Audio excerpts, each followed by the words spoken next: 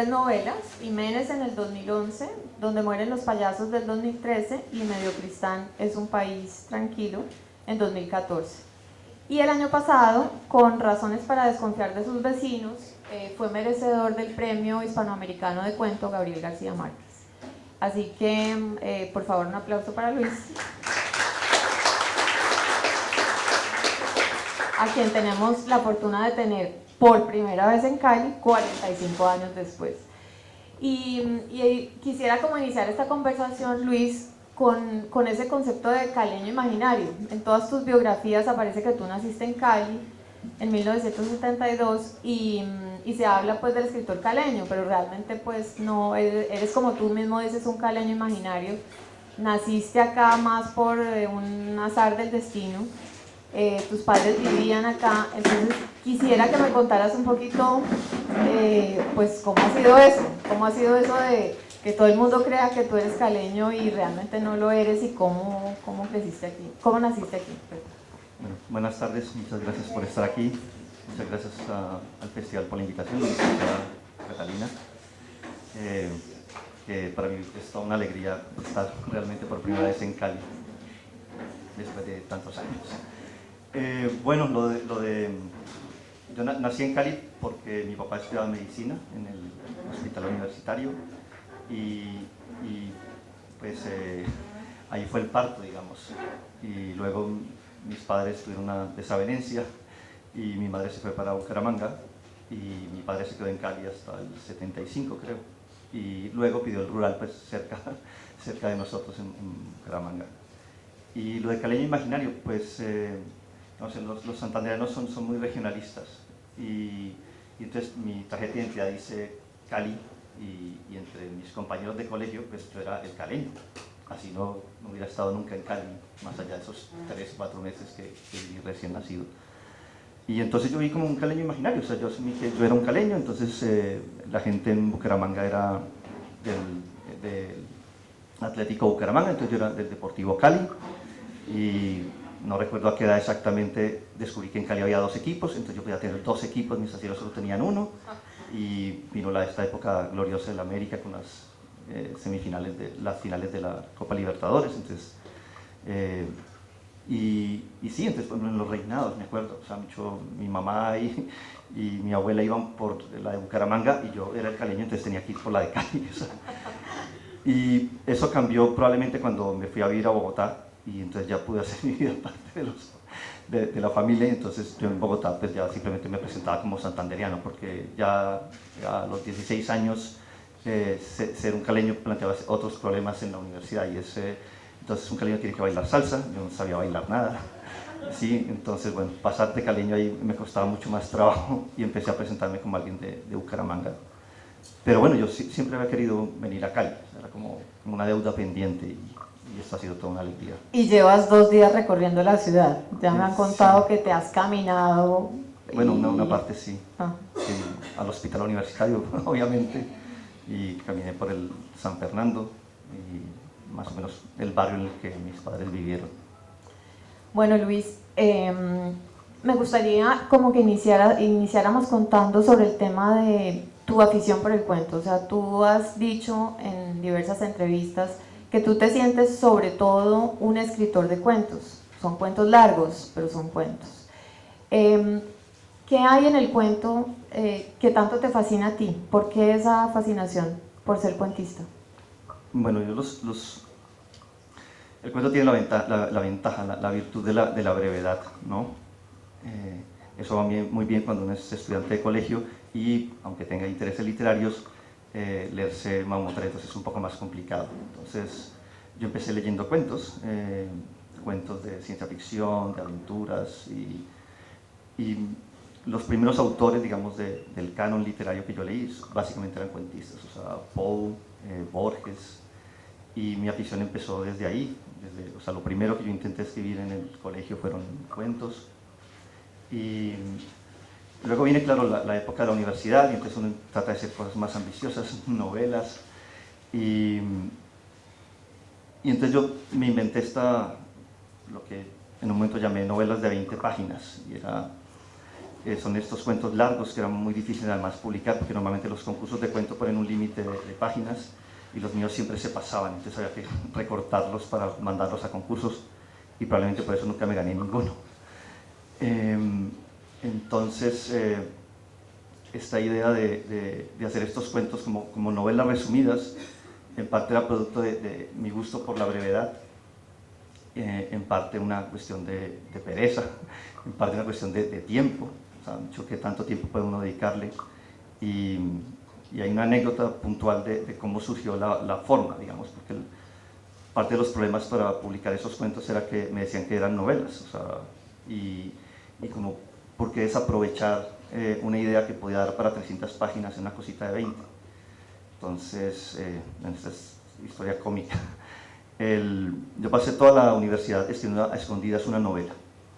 ¿Por qué a escondidas? Porque en la universidad yo estudié literatura, y literatura en esa época, eso ha cambiado mucho, era para ser crítico, y básicamente uno no podía decir que escribía, y uno escribía pues a escondidas. Era mejor no mencionar el tema.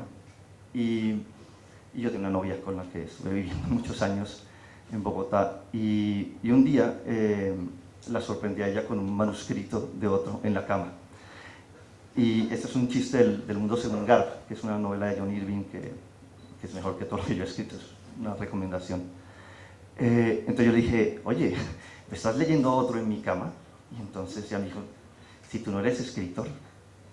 Y yo, mierda, o sea, era como, ahora me toca ser un escritor. Y cogí todas esas cosas que tenía, esas páginas de esa novela que no iba para ningún lado, que había estado haciendo escondidas, y dije, ¿cómo convierto esto en algo que yo pueda demostrar en un plazo corto, una semana antes de que esta chica se vaya? Y bueno, entonces saqué como las escenas, los personajes, cierta estructura, y fue mi primer cuento, digamos, de los que está incluidos en el libro. Es Soluciones ad hoc, uno de los cuentos del Mata y Paga.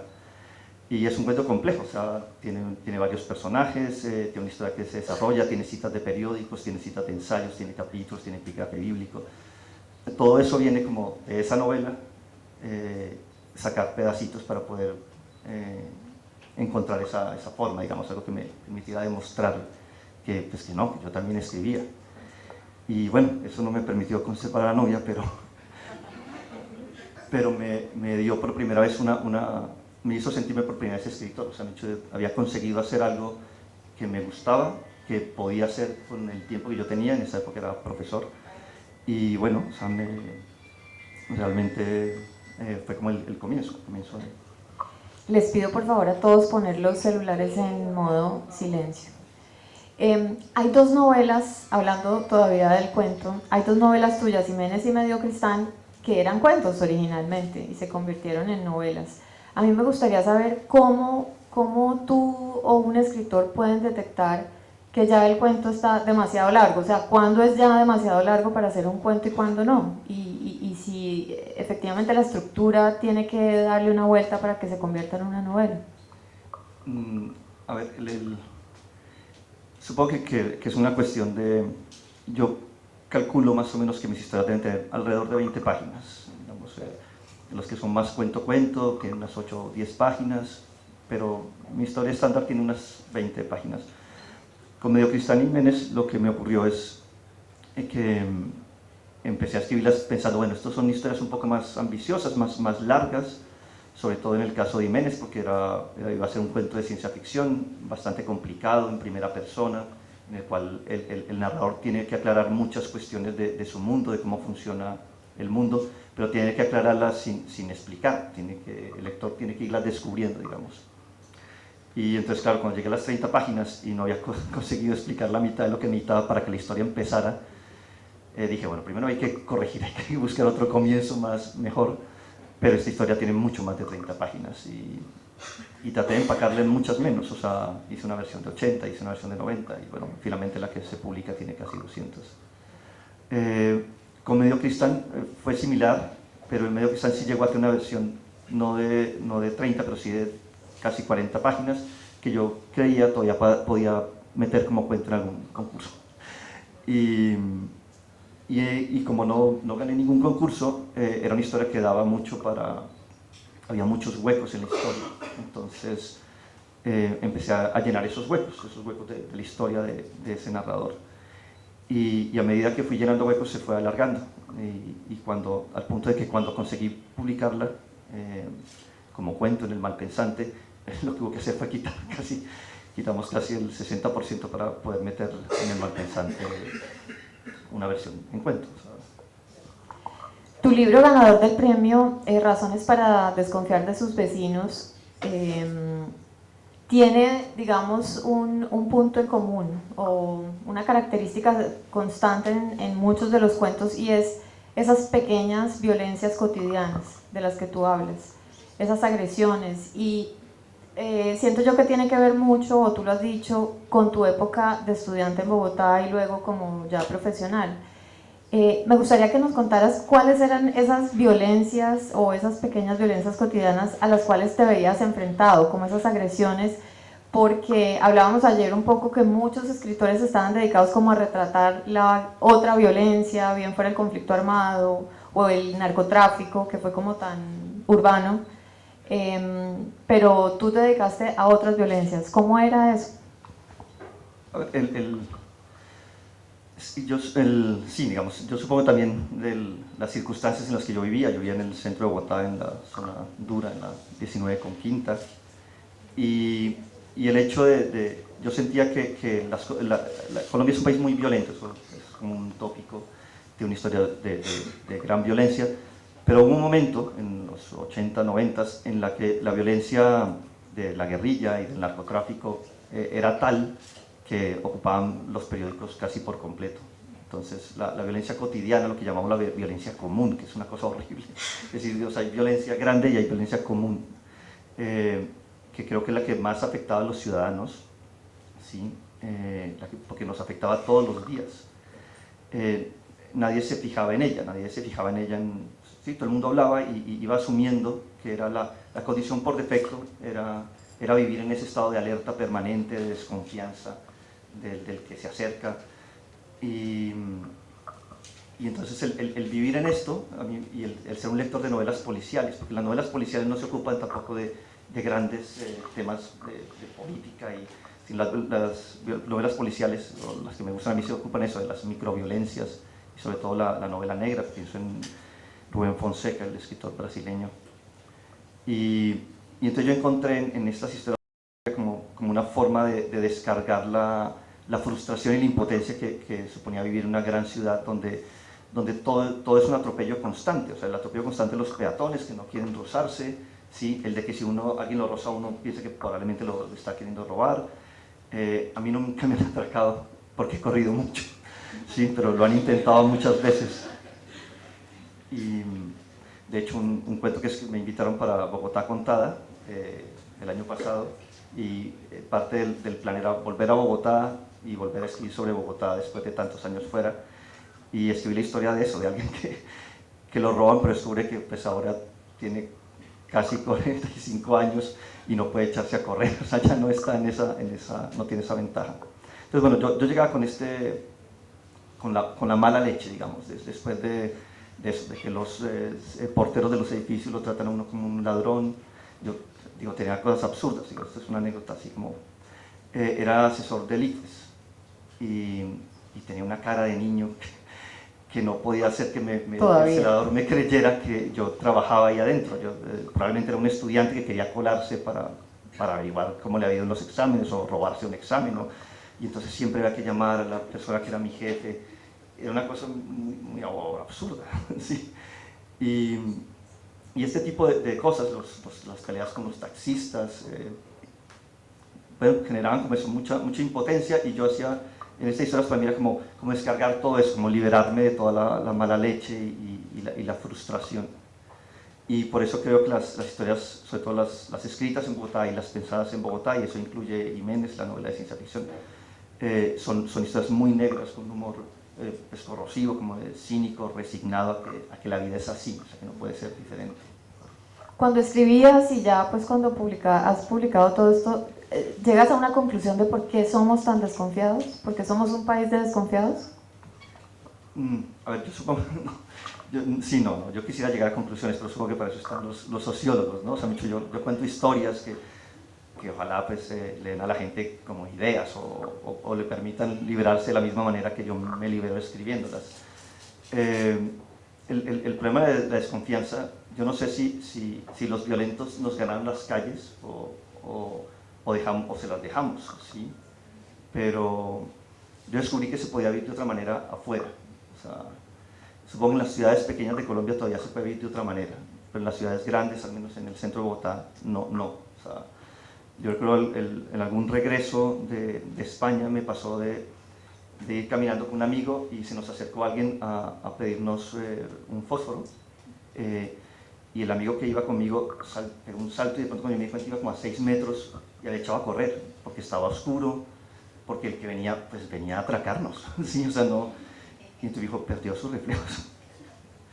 Y yo creo que esa desconfianza en cierta medida está justificada, pero en cierta medida también exageramos, o sea, mucho. Y la llevamos a otros niveles que... Sí, y por eso, digamos, un cuento escrito en España ya es Razones para desconfiar de sus vecinos, que trata de ese mismo tema de una forma mucho más ligera, mucho más jocosa, y es los vecinos que desconfían unos de otros sin razones. O sea, cuando no hay razones para desconfiar, nos las inventamos. Y creo que esa, digamos, mi conclusión hoy en día es que uno tiene que hacer el esfuerzo por confiar, ¿sí? Y que solo desconfiar no debe ser la posición por defecto. Pero bueno, consideren que en muchas situaciones eso sería muy ingenuo hacerlo. Otra constante en los cuentos, Luis, es el querer ser otro. Hay muchos personajes a lo largo de tus cuentos que buscan otra vida.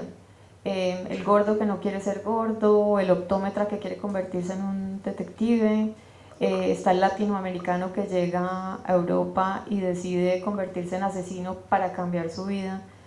Y me hablabas que la literatura un poco es eso, ¿no? Y también leemos porque queremos a través de las historias tener vidas que no tenemos.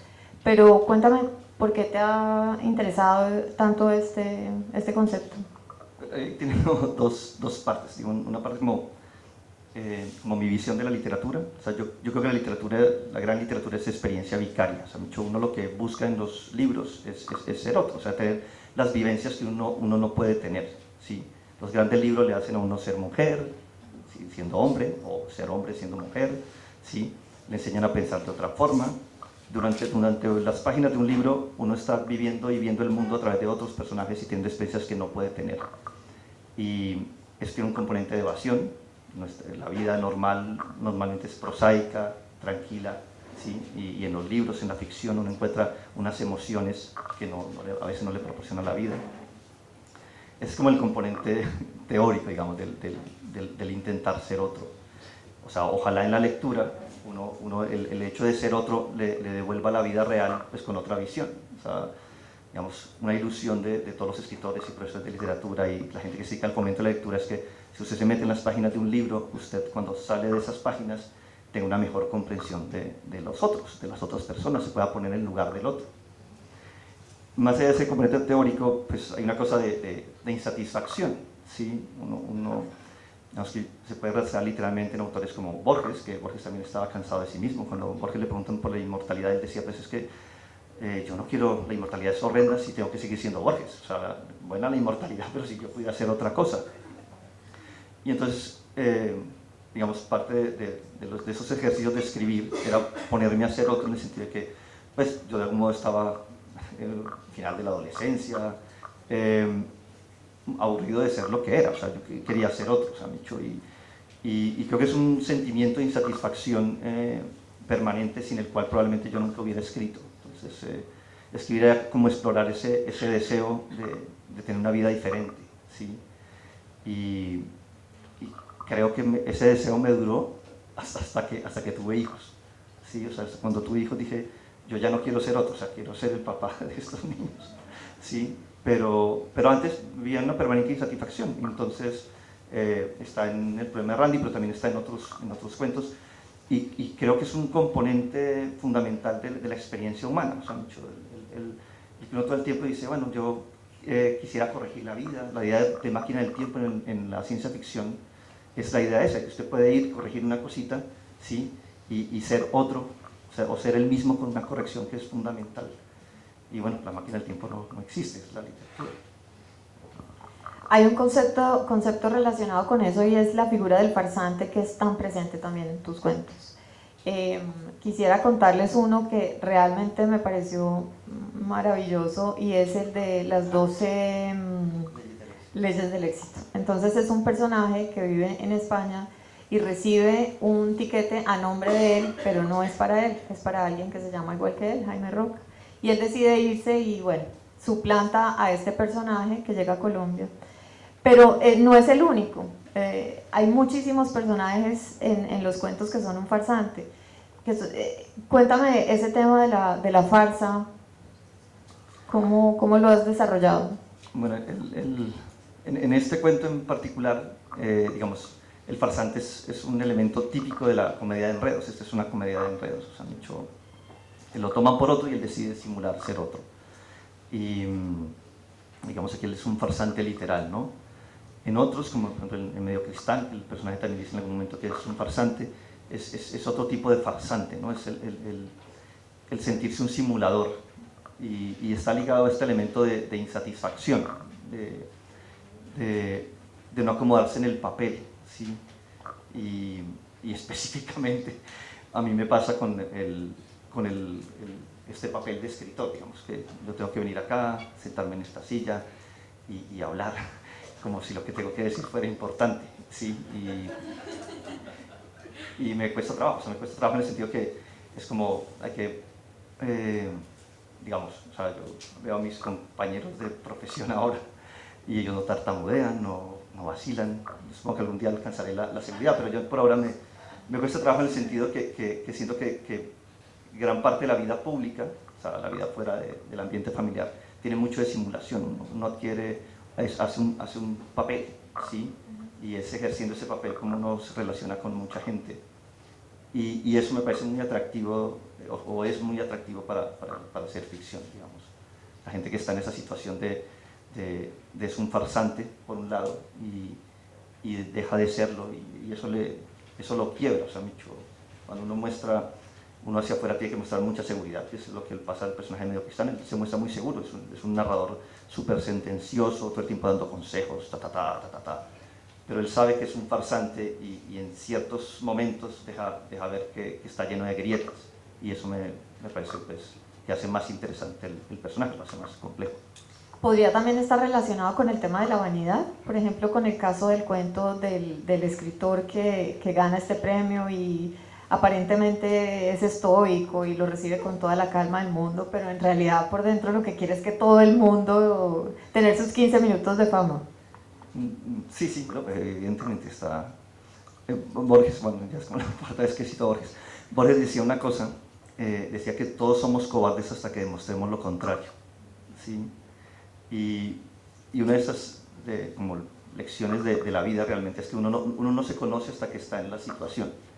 Digamos, sobre todo yo crecí, me formé con los jesuitas, entonces uno aprende muy rápido a juzgar, ¿no? Lo bueno, lo malo, y en la vida uno descubre que muchas veces uno no sabe realmente qué haría uno hasta que está en esa situación.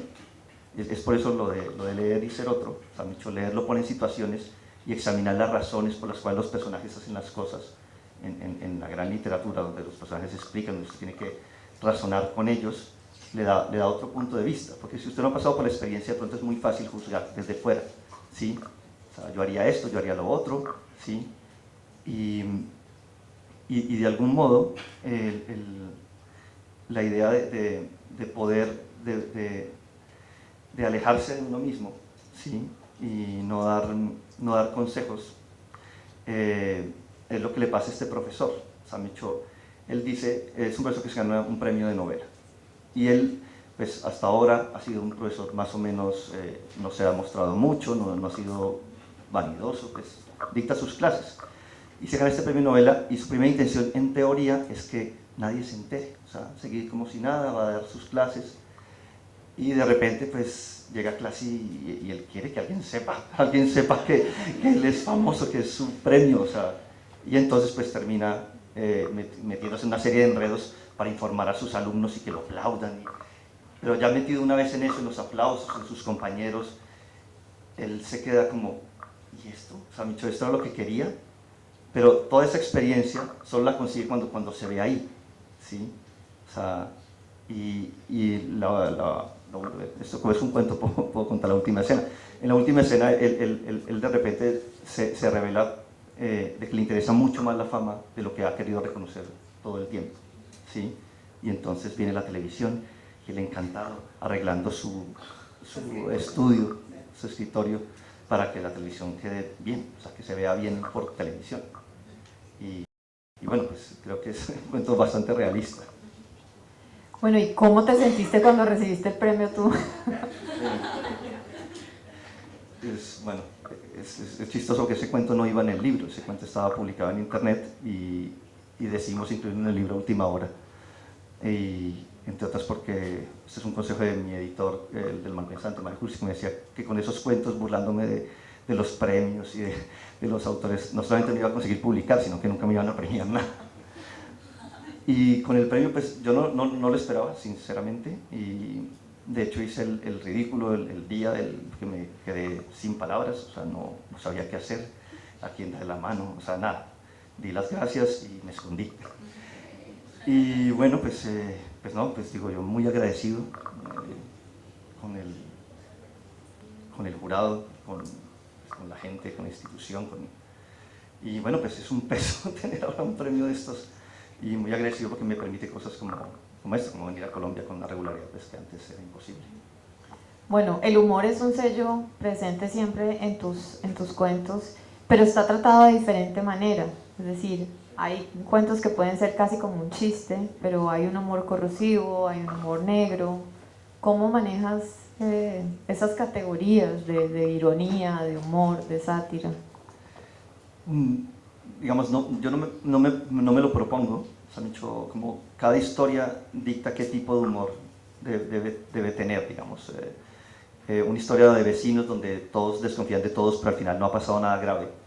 Es más fácil de contar con un humor pues, más o menos festivo y jugando con ciertos tópicos y caricaturas que una historia de un psicópata que anda matando taxistas, digamos. Esa historia requiere otro tipo de humor, ¿sí? Otro tipo, ese humor está más dado por la mirada del narrador, que es muy distanciada, ¿sí? Entonces, entre esos dos extremos, digamos, de los cuentos muy violentos y los cuentos muy jocosos, hay muchas formas de hacer humor. O sea, está el problema de la ironía y una forma específica es, yo he usado en varios cuentos un narrador autoirónico, ¿sí? Y creo que eso se debe también a que a mí me cuesta mucho tomarme en serio, ¿sí? Y de hecho cuando yo escribo, cuando me doy cuenta que me estoy tomando demasiado en serio, entonces como que tomo distancia y reírse de uno mismo y usar estos recursos, me parece que son bastante sanos en el sentido de, vuelvo al ejemplo de Medio Cristiano, o sea, un personaje que está pontificando, pero al mismo tiempo entonces echa para atrás y se burla de sí mismo y desconfía de sus propios consejos, de sus propias fórmulas. Esas serían como las tres formas de humor que he usado pues, a lo largo de todos los... Jiménez, por ejemplo, es una de humor muy cínico, muy negro. Jiménez es él se describe como un funcionario de servicios fúnebres a domicilio. O sea, él lo que hace, vive en una sociedad donde la gente tiene que vivir hasta los 45 años, salvo los privilegiados, la mano de obra vive hasta los 45 años y si no se suicidan, pues va Jiménez a suicidarlos. Y entonces tiene este trabajo atroz y entonces él y sus colegas hacen chistes y todos los chistes son de un humor negro y de hecho a mí la gente me dice que es un personaje muy desagradable porque está todo el tiempo tratando de tratar con humor una situación pues, que no tiene nada de humorística. Donde mueren los payasos, por ejemplo, es una novela absolutamente diferente y el humor es súper salvaje, es como un burlarse de todo, de la política nacional, de nuestra historia de violencia. Y probablemente es la que usa un humor más corrosivo de todas mis novelas. Bueno, para muchos lectores es inevitable uno cuando lee un cuento buscar como rastros del autor ahí. Obviamente sabemos que es ficción, pero queremos, casi como boyeristas, ver qué pedazos o qué partes de la vida del escritor están ahí reflejados. Y cuando leía los cuentos hay muchas, digamos, coincidencias con tu vida en datos, pero te pasó algo muy curioso con Mediocristán. Cuéntanos esa historia. Bueno, Mediocristán es como mi novela Sexo, Drogas y Rock and Roll. O sea, en Mediocristán hay de todo, ¿no? Entonces, este es un personaje que está de vuelta de todo, está entre los 30 y los 40, y él no quiere tener hijos, eso lo tiene muy claro. Él está anclado en un mundo, él llama onania, que es el sexo recreativo, solo o en compañía, no importa. Y entonces va contando sus historias, son pues las de un tipo de 35 años que está con la novia, no sabe muy bien por qué, ¿sí? Y si ella quiere hijos, pues él no la quiere lejos, y al mismo tiempo se burla de sus amigos, se burla de todo, va a bares de travestis, mete drogas, y entonces, claro, está contada en primera persona.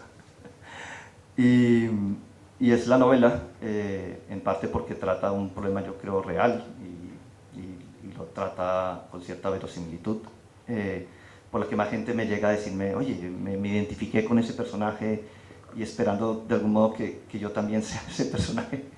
Pero claro, yo pues soy súper casero, sexo, drogas y rock and roll hago en mi vida muy pocas, tengo 2 hijos, y entonces claro, soy como la antítesis de ese personaje, ¿no?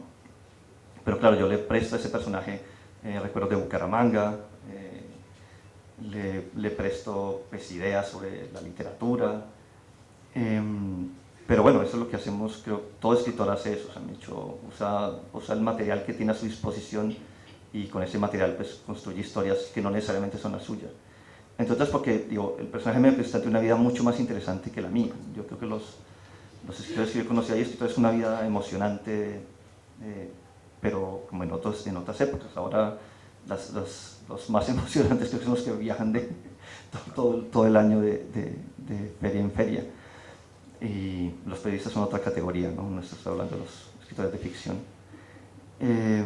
Entonces, a mí este cuento de la autoficción, que está como de moda, y es el escritor que se mete en su propia obra a contar cómo la hizo, a mí confieso que me molesta un poco, o sea, no acabo de... Sobre todo porque yo no siento que yo como personaje tenga mucho interés, y por eso también me siento tan incómodo en estas cosas. Y en cambio sí creo que puedo construir versiones de mí mismo de burla. En Payasos hay un tipo que se llama el profesor Noriega, y como me sucedió a mí, es profesor de colegio, tiene mi nombre, tiene una hija, tiene una esposa, y le va súper mal. Le va súper mal. El editor de la novela lo odia y quiere que todo lo malo le pase a él. Y eso me parece mucho más divertido, ese distanciamiento, que tratar de meterme yo y escribirme tal y como soy. Bueno, Donde mueren los payasos también tiene una historia muy particular, y es que la escribiste en un mes, 1700 palabras al día, y fue como una catarsis, no sé, o un exorcismo de la rabia que te generaba el acontecer político en Colombia, y más justamente el tema de la segunda reelección de Uribe, la posibilidad de esa segunda reelección. Cuéntanos un poco cómo fue, cómo surgió. Hay varias cosas. Bueno, este es un ejercicio que a los aspirantes a escritor les recomiendo. Yo lo he hecho varias veces y solamente una vez ha salido bien, pero cuando sale bien, sale muy bien. Lo diseñaron en Estados Unidos, y es proponerse escribir una novela en un mes, 1700 palabras al día, llueva, truene o relampaguee, y la idea es incluso sin tener ideas, o sea, lo importante es llenar la cuota diaria. Y bueno, esto lo hacemos con varios amigos, por internet nos vamos contando, llevo tantas palabras, para darnos ánimos. Y con Payasos específicamente, pues realmente el ejercicio funcionó muy bien.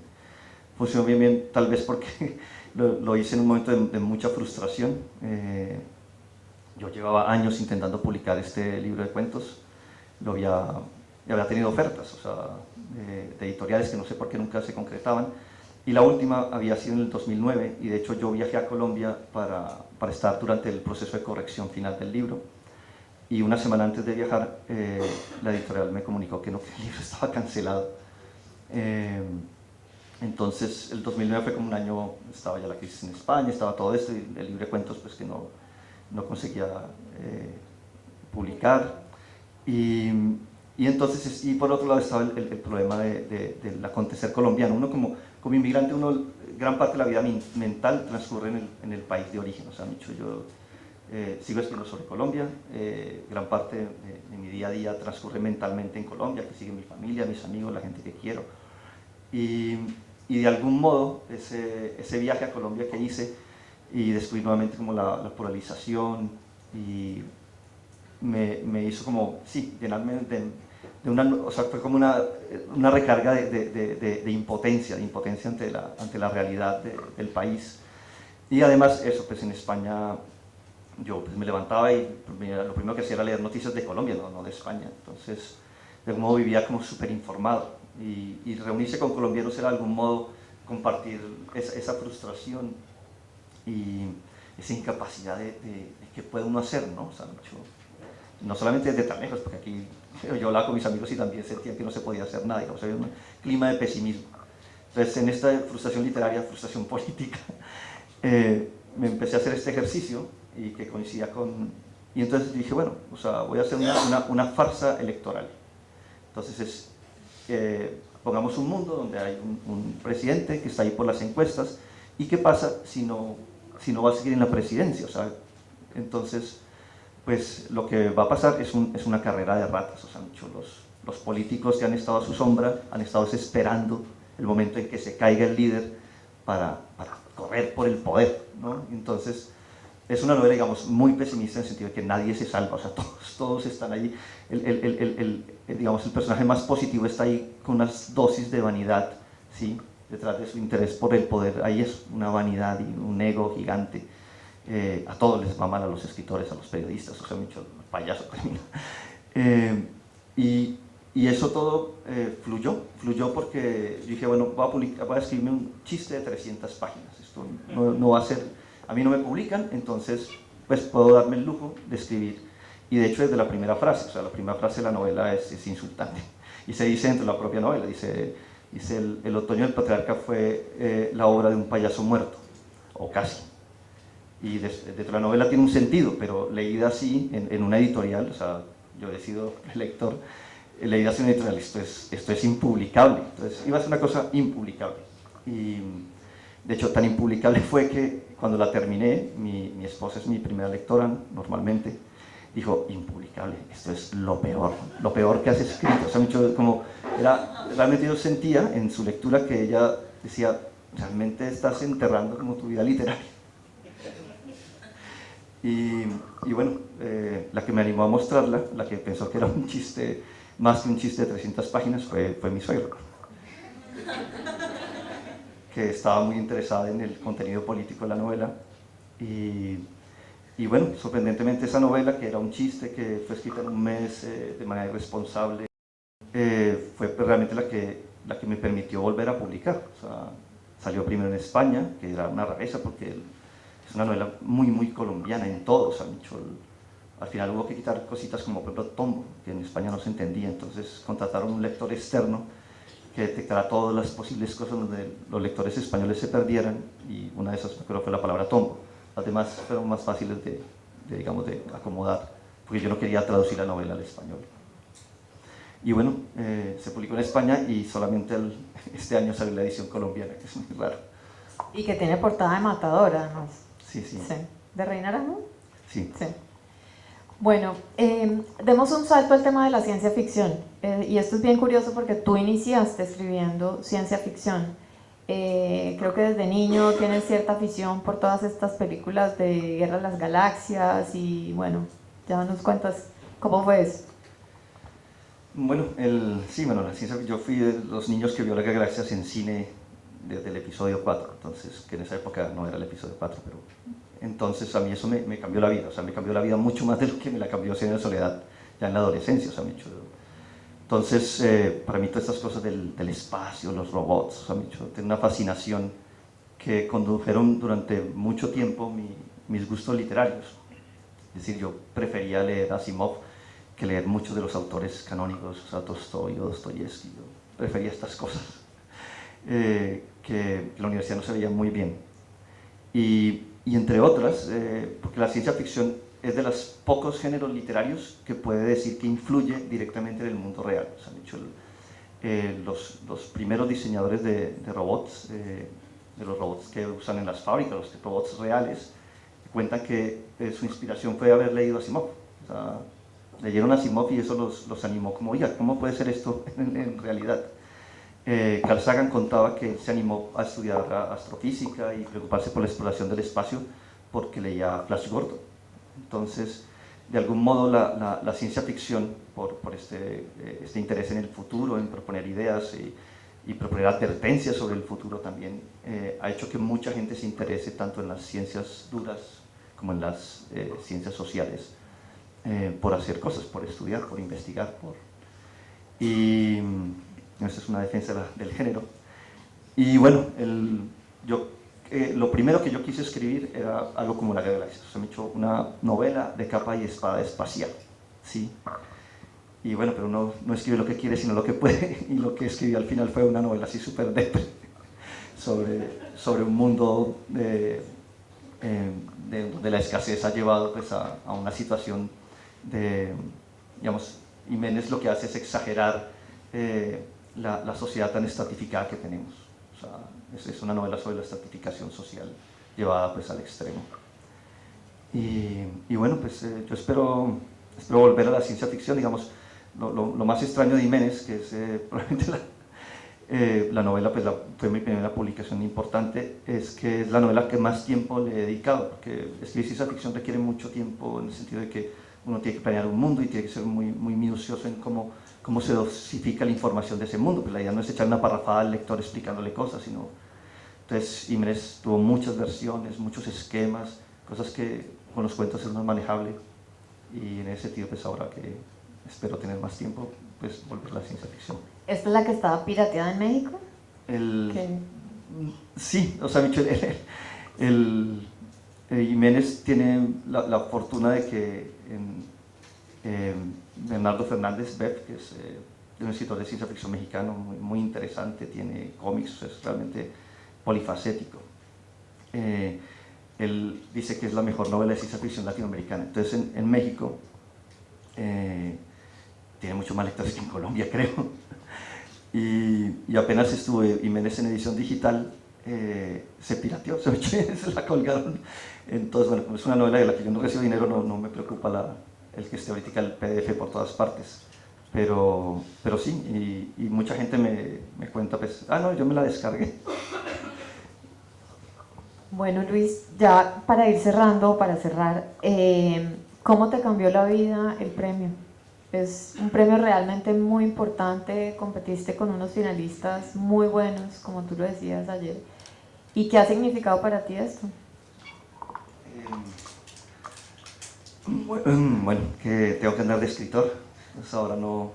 A mí antes me daba vergüenza. O sea, desde que preguntan en los aeropuertos, ¿usted qué es? Yo pues era traductor, editor, lo que estuviera haciendo, pero escritor nunca. Ahora me toca, pues no puedo andar diciendo que no soy escritor, tengo 4 libros y tengo un premio.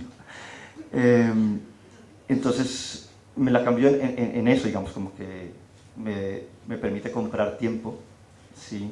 Y eso fue lo primero que pensé después de la estupefacción del recibimiento. Era como, bueno, ahora tengo tiempo por primera vez.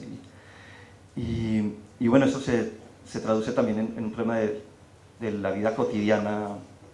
Yo tengo una vida cotidiana muy simple, o sea, la literatura hasta ahora no era lo más importante del día a día. Era muy importante en mi cabecita, pero el día a día era más importante. Primero, el trabajo que paga las facturas.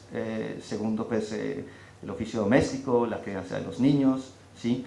Y tercero, ¿sí? Robándole tiempo a otras cosas, pues estaba la literatura.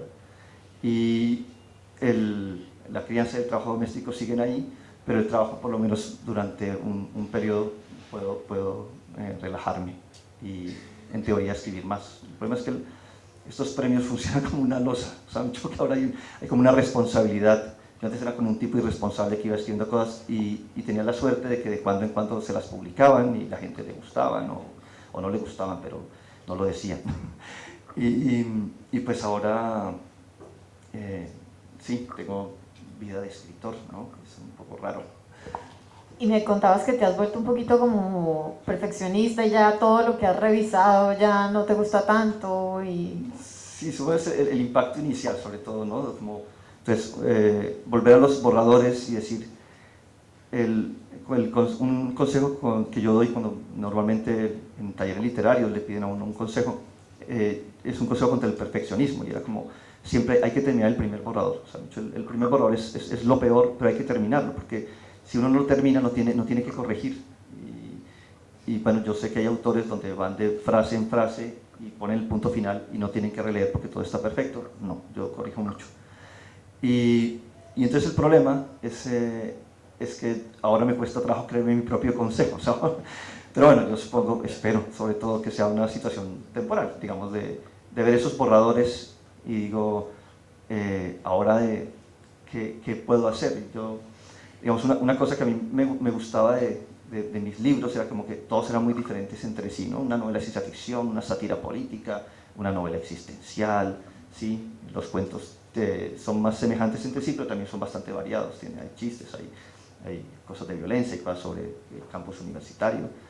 Entonces ahora, digamos, la intención inicial dijo, ahora es mi turno de hacer algo completamente diferente a todo eso. Y eso es mucho más complicado que seguir con lo que venía. Bueno, vamos a dar espacio a algunas preguntas del público y luego de esto, quienes estén interesados en adquirir los libros, los tenemos todos en la Librería Nacional, en el piso de la recepción y los pueden firmar, para hacer firmar de Luis. ¿Quién quiere preguntar algo?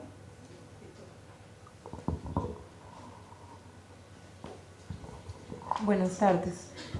Nos contaba cuando vino a Colombia y toda esta situación política, lo que influyó para escribir y quería saber cómo ve ahora la situación del país. A ver, digo, a mí no me gusta responder a estas preguntas porque, digamos, una de las razones por las cuales esto del farsante y esto es que a los escritores se les pide que dé respuestas de cosas que no necesariamente tienen la mejor opinión. O sea, yo no tengo una bola de cristal, mi opinión probablemente es igual a la de cualquiera, digamos, en términos de validez, no tengo una percepción, ya me gustaría. Y bueno, eso como salvedad. Y yo lo que primero que hice cuando escribí Payasos, y después conseguí publicarla, fue desintoxicarme y realmente decir como voy a estar más donde estoy, más donde están creciendo mis hijos. O sea, sentí que sí realmente había una cosa rara en esto de vivir tanto mentalmente en Colombia, sobre todo con la situación política. Y entre otras porque era el consejo de los amigos que vivían en Colombia, era como, uno aquí no ve noticieros, ¿para qué? ¿No? Entonces, o sea, se prefería como que el no estar informado hacía más tolerable la vida. Y entonces yo le bajé mucho a la dosis de información de Colombia, al punto de que soy de esos colombianos que estaban muy ilusionados con el referéndum por la paz y se llevó una sorpresa terrible con el resultado, digamos. En ese sentido no tengo una percepción mejor del país que mucha gente que también estaba ilusionada. Y bueno, yo pues tengo de los mejores deseos y creo que estamos mejor. O sea, yo trato los escritores son muy negativos, ¿no? La negatividad, en el personaje de Payasos dice, la infelicidad vende, y ese es el consejo con el cual se escriben las novelas. O sea, las novelas no se escriben sobre gente feliz, sino sobre gente infeliz, con problemas, ¿sí? Las novelas de ciencia ficción sobre un mundo perfecto, donde todos comparten y no hay problemas, eso no es historia. Las historias es cuando hay conflicto, cuando hay problemas, de eso nos alimentamos los escritores. Pero yo creo mucho en los números y los números dicen que vamos a mejor, o sea, en cosas importantes como la esperanza de vida al nacer, los niveles de alfabetización, en todo eso hay una progresión, digamos que el país ha mejorado, ¿sí? El número de muertes violentas, por ejemplo, o sea, yo creo en todo eso, pues es positivo y pues ahora es pues como cada quien puede contribuir a que eso sea más positivo. Seguimos teniendo muchos problemas, ¿sí? Pero bueno, vamos adelante. Tú. Me llamaron dos cosas la atención del conversatorio que vos ofreces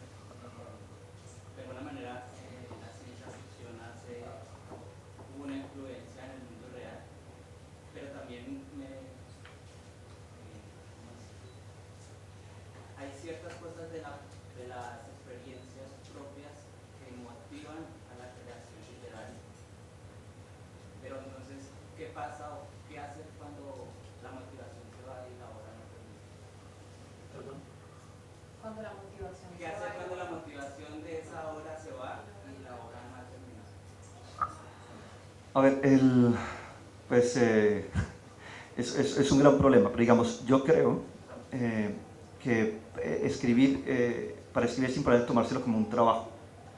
Lo bueno de este ejercicio de las 1700 palabras diarias, sobre todo para personas como lo que yo era en ese momento, que era pues un aficionado que escribía de vez en cuando, es que lo obliga a usted a sentarse y producir esas 1700 palabras, no importa qué, y generan un mínimo de disciplina, al menos durante ese mes. Yo creo que es muy importante quitarse de la cabeza el cuento de la motivación, la inspiración, porque eso lo vuelve a uno muy perezoso como autor. Pero eso en cualquier actividad de la vida, digamos. O sea, piensen en cuántas cosas uno haría si tuviera que ponerse el requisito de la motivación, ¿sí? Yo tengo que lavar platos. Pero cuando esté motivado. Y eso, los platos se acumulan, ¿sí? Y yo quiero pintar yo quiero estudiar un idioma, pero cuando esté motivado, ¿sí? Gran parte de las cosas que uno termina haciendo en la vida es porque hay una disciplina, ya se la imponga uno, se la impongan otros, ¿sí? Y para escribir, pues si desaparece esa motivación, pues hay que seguir escribiendo, ¿sí? Hasta terminar, ¿sí? Eso en lo ideal, digo, a mí también me ha pasado de que se me acabó la motivación y dejé la cosa a medias y ahí está, a medias, pero sin terminar nada, que fue más o menos lo que traté de decir, es imposible avanzar.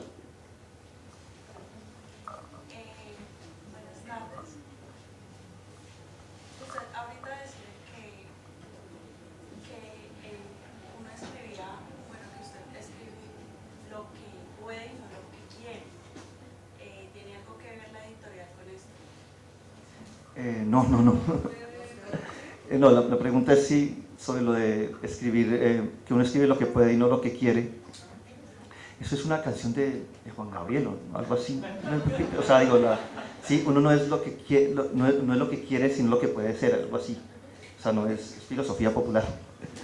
Pero es una realidad, no tiene nada que ver con la editorial. O sea, por suerte, yo he tenido la fortuna de que la editorial no interfiere en mis libros. O sea, no me dice que debo escribir.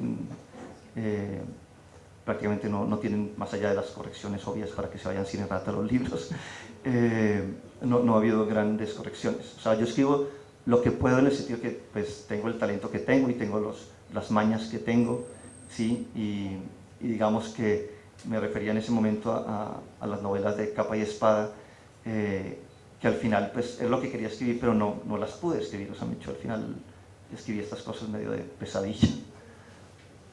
A eso. Por favor, para que los dos no alcancen a salir. Buenas tardes.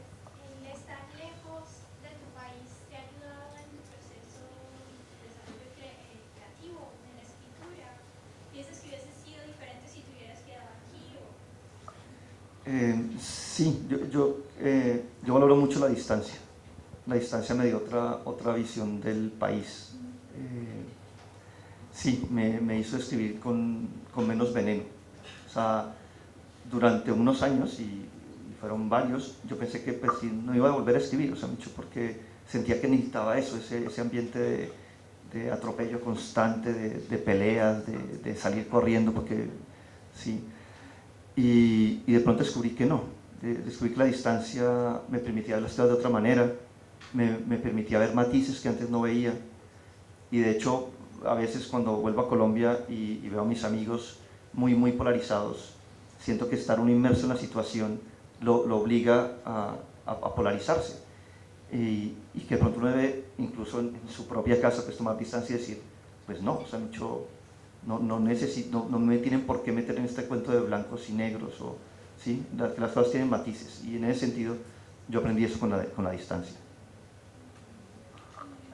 Tus personajes siempre los ubicas en Colombia, o sea, cuando piensas en un personaje, siempre ese personaje nace en Colombia o tiene el sentimiento de sentir del... La mayoría de mis personajes son colombianos porque sigo escribiendo mucho sobre Colombia.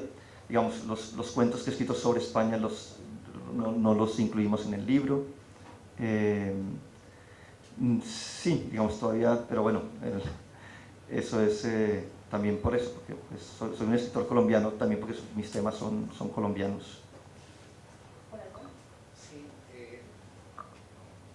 contabas que había como tres frentes de trabajo, digámoslo así. El trabajo propiamente, que era el que generaba los ingresos, la labor doméstica, además en un país donde hay que hacerlo todo, donde no hay quien ayude, la responsabilidad doméstica y la literatura.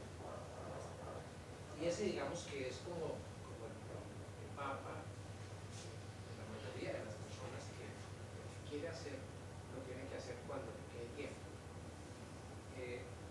¿Cómo lograste? ¿Fue fruto del premio que lograste invertir un poquito la cosa? ¿O de qué manera se fue abriendo campo la literatura y la escritura para liberarte para eso que querías hacer? No, ese es el premio. O sea, yo antes del premio, pues básicamente pues, trabajaba. O sea, no podía dejar de trabajar. ¿Y cómo llegaste a ese premio? ¿Cómo lo encontraste? Me cayó. El premio es un premio a libro publicado. La editor, o sea, no hice nada. O sea, la editorial envió el libro al premio y los jurados me lo dieron. Claro, pero ahí es donde uno dice, listo, me gané una rifa, pero para ganarse la rifa hay que comprar la boleta, ¿no es cierto? ¿Cómo lograste abrirte la puerta al mundo editorial para que tomara su propia dinámica? A ver, lo del mundo editorial es yo creo que he sido un autor con suerte en el sentido de, yo he terminado publicando por carambolas. Payaso se publica en España, yo había estado ofreciéndola en Colombia, le he enviado concursos en Colombia, porque no creí en ningún momento que una cosa llena de referencias a Colombia, escrita en colombiano, se pudiera vender en España. Y esta editorial me buscó para hacer una traducción. Yo no podía hacerla porque estaba comprometido con otra. Y en el intercambio de correos le dijeron, vimos en internet que tienes unos cuentos publicados, cuentos no nos interesan, ¿tienes novelas? Y dije, tengo dos. Tengo una novela muy colombiana que estoy contratando en Colombia, y tengo una novela española que era Medio Cristal. Y entonces me dijeron, bueno, mándenos la española y mándenos también la colombiana. Y dije, no, pues ya voy a conseguir publicarla en Colombia. No, mándenosla. A mí me da un poco de vergüenza. Y lo que le gustó fue la novela colombiana. Y en 15 días tenía contrato, tenía adelanto. Y entonces, claro, la editorial con la que yo había estado hablando en Colombia durante un año, leyéndose los cuentos y la novela, y no decían, y no... De pronto era como, ¿y por qué lo van a publicar en España? Ya, mire. Entonces, por esa razón me publicaron Medio Cristal, la novela que yo trataba de vender en España, y se publicó Medio Cristal, tuvo poquitas críticas, pero buenas críticas en Colombia, y entonces al año siguiente me publicaron los cuentos. Pero todo fue una carambola. Supongo que llamar a muchas puertas. O sea, Por atrás había dos últimas preguntas. El señor allá. Considero que salir de este mundo al exterior coincido que va impregnado en una familia patriarcal, poseedora de religiosa, llegar a un mundo tan diferente al suyo allá no es tan acogedor. Yo le quisiera preguntar a usted, ¿por qué las casas editoriales aquí? Hay muchos que quieren ser escritores y tienen que emprender una carrera hacia el exterior. Las casas editoriales aquí me parece que están en manos de un grupo muy religioso de poder económico, ¿no? Porque de aquí se fue Vallejo, no hace poco vino un muchacho Montoya que estudió en Francia, explicaba toda esa fenomenología por lo que veía aquí. No sé si ese premio que usted se ganó allá fue por carambola o por otros sentimientos que le condujeron a que ellos le reconocieran esa lucha patriarcal cristiana que tiene contra este mismo sistema económico, la indiferencia política y todo. A ver, son muchas cosas. El premio me lo gané aquí. El premio es colombiano, o sea, es internacional, pero es colombiano, el premio de los cuentos. Y bueno, yo describiría la vida en España todo menos como no acogedora. O sea, precisamente yo siento que una de las sorpresas de ir a vivir al exterior es que uno descubre que la gente es más confiada, es mucho más respetuosa, ¿sí? Una de las cosas que que yo no soy de Bogotá, pero muchos amigos bogotanos dicen como el primer factor importante es que van a estudiar un posgrado y se presentan como yo soy de tal colegio, que es en Bogotá la gente se clasifica por los colegios en los que estudiaron. Y en el exterior, ¿qué? ¿Usted que viene aquí de colegio? O sea, ¿usted qué sabe hacer? ¿Sí? No, ¿de qué colegio salió? No lo hace usted ser alguien. ¿Sí? Usted es alguien por lo que sabe hacer, por lo que puede hacer y si lo hace bien. Y por eso muchos colombianos descubrieron en la época del Spanish Dream pues que había trabajo y se les pagaba bien, se les pagaba mucho mejor que aquí y se les respetaba. Y en ese sentido, los españoles, los catalanes, digamos que es donde yo vivo, pueden ser fríos, ¿sí? Pero son muy acogedores. Son acogedores en el sentido de que el respeto y la confianza van por delante, ¿sí?